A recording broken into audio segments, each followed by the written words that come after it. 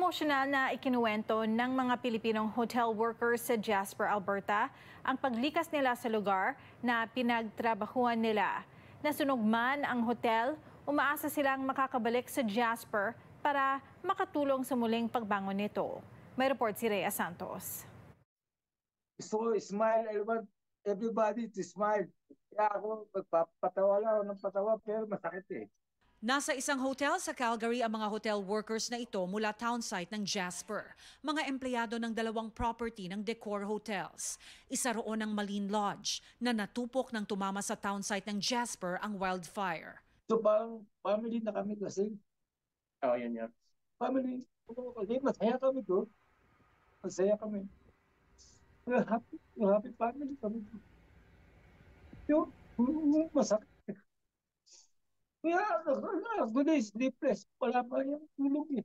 Lunes ng gabi matapos makuhang evacuation alert, nanguna ang mga hotel workers na ito para maging organisado ang paglikas ng kanilang mga guests.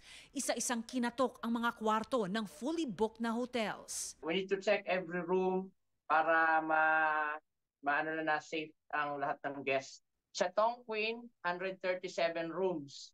Sa Malin, 98 rooms. Kami pa yung huli nandun before kami lumabas kasi we need to make sure na wala rin tao ron at nakalock din yung property. Yeah. Hindi, usok pa lang siya. And then, ang bilis kasi pagdating ng 7 to 8 o'clock, yung makikita mo na yung town, iba na kulay. And then, bumabagsak na yung mga abo. So yung panic nandun na rin kasi long line na ang gasoline station. Kasi nasa halos half na So lang. lahat talaga pagod. Tapos pagdating mo ng Belmont, wala pang available na hotel. Kasi puno na eh. Nauna na yung mga tourists eh. Halos walang pahinga sa pagmamaneho, halos walang tulog.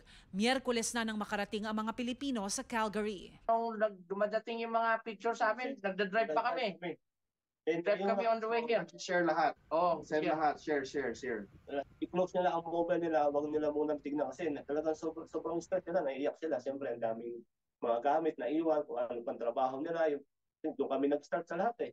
Hindi agad nag-sink in sa akin kasi sobrang pagod. Tapos ako yung nag-organize, nag-everything. Pero nakapagpahinga na ako dito, doon ako umiyak. Tumulo yung luha ko kasi naka-relax na eh.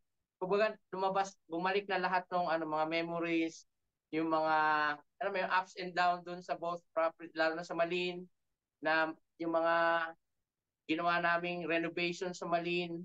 Bukod sa tulong mula sa gobyerno, di rin daw sila pinababayaan ng kanilang employer. Actually, yung Decor family are being really good to, especially to the Filipino.